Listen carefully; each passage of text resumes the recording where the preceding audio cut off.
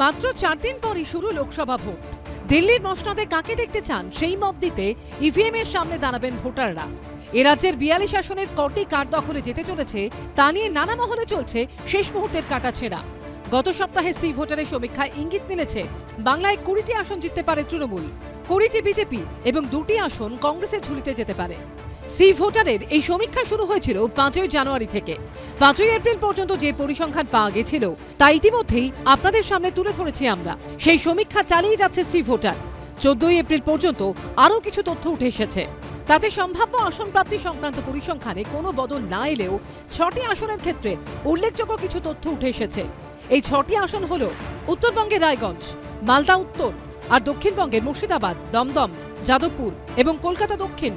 এই 6টি আসনে জোরদার ত্রিমুখী লড়াইয়ের আভাস মিলেছে সমীক্ষায়। অর্থাৎ তৃণমূলের সঙ্গে বিজেপির পাশাপাশি সিপিএমেরও এই আসনগুলিতে কাঁটায় কাঁটায় টক্কর হতে পারে। সমীক্ষা ইঙ্গিত মিলছে এই 6টি আসনে দ্বিতীয় স্থানে কে থাকবে তা নিয়ে যেমন জোরদার লড়াই হতে পারে, এমনকি সামান্য ভোটের হেরফেরে দ্বিতীয় স্থানে লড়াইয়ে থাকা দলও প্রথম স্থানে উঠে আসতে পারে। অর্থাৎ তৃণমূল, সিপিএম এবং বিজেপির মধ্যে শেয়ানে শেয়ানে লড়াইয়ের সম্ভাবনা। সি ভোটারের সমীক্ষা ইঙ্গিত মিলছে কলকাতা দক্ষিণ, যাদবপুর, দমদম এবং মুর্শিদাবাদ এই 4টি আসনে তৃণমূল জিততে পারে ঠিকই, কিন্তু এই আসনগুলিতে বিজেপি ও সিপিএম এর জোরালো টক্করের মুখে পড়তে হতে পারে তাদের। অর্থাৎ বাম এবং পদ্ম শিবির কড়া চ্যালেঞ্জ ছুড়ে দিতে পারে তৃণমূলের দিকে। একই সম্ভাবনা রয়েছে উত্তরবঙ্গের ক্ষেত্রে। সি ভোটারের সমীক্ষা অনুযায়ী রায়গঞ্জ এবং মালদা উত্তর আসন দুটিতে জিততে পারে বিজেপি, তবে এখানে গেরুয়া শিবিরকে কঠিন প্রতিযোগিতার মুখে ফেলতে পারে তৃণমূল এবং কংগ্রেস। সি ভোটারের সমীক্ষা অনুযায়ী রায়গঞ্জ, মালদা উত্তরে কংগ্রেস এবং কলকাতা দক্ষিণ, যাদবপুর ও দমদমে সিপিএমও যে কোনো সময় খেলা ঘুরিয়ে দিতে পারে।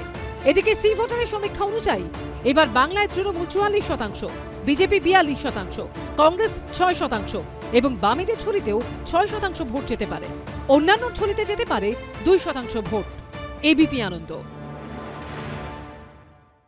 আরে চাটা দে ভাই, আমার একটা চা দেন। কি হলো আমারটা? বাংলা পক্ষপাত চায় না, বাংলা খবর চায়। বাংলা খবর, বাংলার খবর।